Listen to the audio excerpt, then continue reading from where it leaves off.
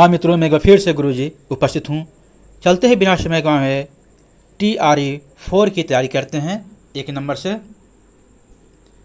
बिहार कब भारत में एक स्वतंत्र प्रदेश बना? ए 1897 ईस्वी को, बी 1905 ईस्वी को, सी 1907 ईस्वी को, या डी 1912 ईस्वी को।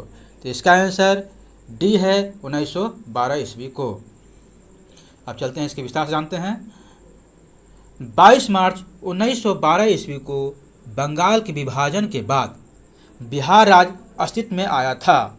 उस समय उड़ीसा भी बिहार राज्य में था, लेकिन 1936 ईस्वी में बिहार से उड़ीसा को अलग राज्य बना दिया गया। 15 नवंबर 2000 को बिहार से झारखंड को अलग राज्य बनाया गया। आगे, इनमें से किसने बिहार में प्रथम कांग्रेस मंत्री सभा का नेतृत्व किया? ए अनुग्रह नारायण सिंह, बी अब्दुल बारी, या सी जयप्रकाश नारायण, या डी डॉक्टर श्री कृष्ण सिंह। तो इसका आंसर डी है डॉक्टर श्री कृष्ण सिंह। आगे, बिहार में प्रथम कांग्रेस मंत्रिमंडल 1937 में बना था। डॉक्टर श्री कृष्ण सिंह प्रधानमंत्री तथा अनुग्रह नारायण सिंह उप प्रधानमंत्री बने थे। उस समय मुख्यमंत्री को प्रधानमंत्री कहा जाता था। जी हाँ, 1937 में मुख्यमंत्री को प्रधानमंत्री कहा जाता था। आज़ादी के बाद 1947 में मंत्रिमंडल के मुख्यमंत्री श्री कृष्ण सिंह थे तथा अनुग्रह नारायण सिंह वित्त मंत्री थे। आगे, बिहार पर बख्तियार खिलजी के हमले का पहला विवरण प्राप्त हुआ? ए तारीख ए हिंद से, बी तबकात ए हिंद से, या सी ताज उल मासिर से, या डी तारीख ए मुबारक शाही से। तो इसका आंसर सी है ताज उल मासिर से।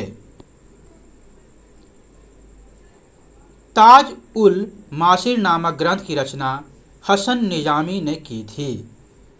इस रचना में 1192 में, जी हाँ, इस रचना में 1192 ईस्वी से लेकर 1228 ईस्वी तक के काल की घटनाओं का वर्णन मिलता है। बिहार का बख्तियार खिलजी के हमले का वर्णन इसी रचना में मिलता है।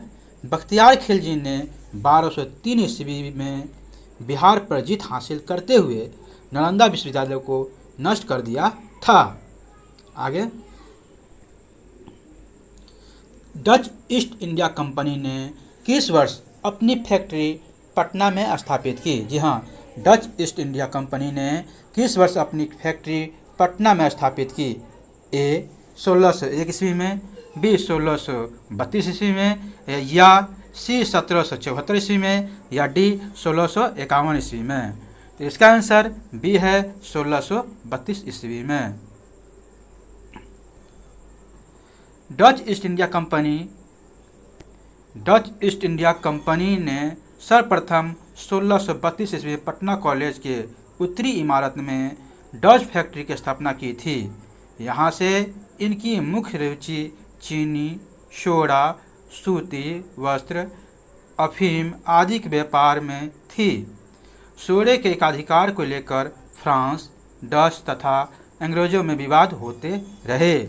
1759 ईस्वी में देवरा के युद्ध में डच अंग्रेजों द्वारा पराजित कर दिए गए और उनका अस्तित्व लगभग समाप्त हो गया। आगे, बिहार में सर्चलाइट समाचार पत्र के संपादक कौन थे? बिहार में सर्चलाइट समाचार पत्र के संपादक कौन थे? ए अब्दुल बारी, बी लंबोदर मुखर्जी, या सी मुरली मनोहर प्रसाद, या डी रामानंद चटर्जी। इसका आंसर सी है मुरली मनोहर प्रसाद। 1918 में द्विसाप्ताहिक अखबार के रूप में सर्चलाइट समाचार पत्र का प्रकाशन हुआ। इसके संपादक मुरली मनोहर प्रसाद थे। ब्रिटिश सरकार के दमन के कारण मुरली मनोहर प्रसाद कई बार जेल भी गए थे। 1939 ईस्वी के बाद यह दैनिक रूप से प्रकाशित होने लगा।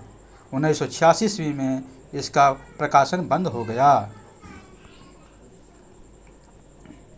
आगे, बिहार में सोशलिस्ट पार्टी कब गठित हुई? बिहार में सोशलिस्ट पार्टी कब गठित हुई? ए 1921 ईस्वी में, बी 1927 ईस्वी में, या सी 1931 ईस्वी में, या डी 1934 ईस्वी में? इसका आंसर डी है 1934 ईस्वी में। बिहार में सोशलिस्ट पार्टी का गठन 1931 ईस्वी में किया गया था। जी हाँ, बिहार में सोशलिस्ट पार्टी का गठन 1931 ईस्वी में किया गया था। पटना के अंजुमन हॉल में इसकी औपचारिक स्थापना वर्ष 1934 में की गई। इसके अध्यक्ष आचार्य नरेंद्र देव तथा सचिव जयप्रकाश नारायण थे। आगे, चंपारण में गांधी जी को आमंत्रण किसने दिया? जी हाँ, चंपारण में गांधी जी को आमंत्रण किसने दिया? ए राजेंद्र प्रसाद ने, बी राजकुमार शुक्ल ने, सी मजरूल हक ने, या डी कृष्ण सहाय ने? तो इसका आंसर बी है राजकुमार शुक्ल ने। चंपारण में गांधी जी को आमंत्रण राजकुमार शुक्ल ने दिया था। गांधी जी ने अब भारत में सत्याग्रह का पहला प्रयोग वर्ष 1917 में चंपारण बिहार में ही किया था। चंपारण विद्रोह के कारण अंग्रेजों को 3 कठिया प्रथा को समाप्त करना पड़ा था। आगे, बंगाल और बिहार में, यहाँ बंगाल और बिहार में भूमि पर किराएदारों के अधिकार के बंगाल किराएदारी अधिनियम द्वारा कब स्वीकार किया गया? अधिकार के नहीं, अधिकार को। बंगाल और बिहार में भूमि पर किराएदारों के अधिकार को बंगाल किराएदारी अधिनियम द्वारा कब स्वीकार किया गया? ए 1968 ईस्वी में, बी 1861 ईस्वी, सी 1850 ईस्वी, या डी 1893 ईस्वी? इसका आंसर है सी 1885 ईस्वी। आगे,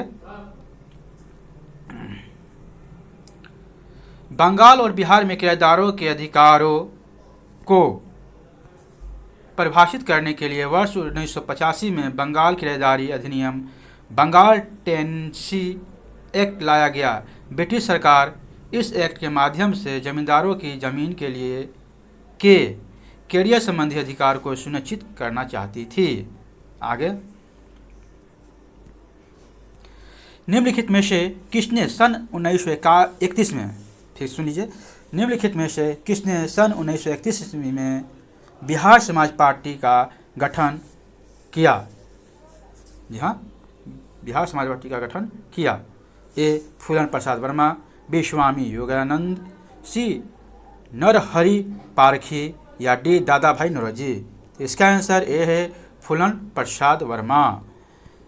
सन 1931 ईस्वी में बिहार समाज पार्टी का गठन जयप्रकाश नारायण, फूलन प्रसाद वर्मा और कुछ अन्य लोगों ने मिलकर किया था। इस पार्टी की स्थापना का मुख्य उद्देश्य यह था कि देश की आर्थिक विकास की प्रक्रिया राज्य द्वारा नियंत्रित हो तथा राज्यों और जमींदारों का उन्मूलन बिना मुआवजा के किया जाए।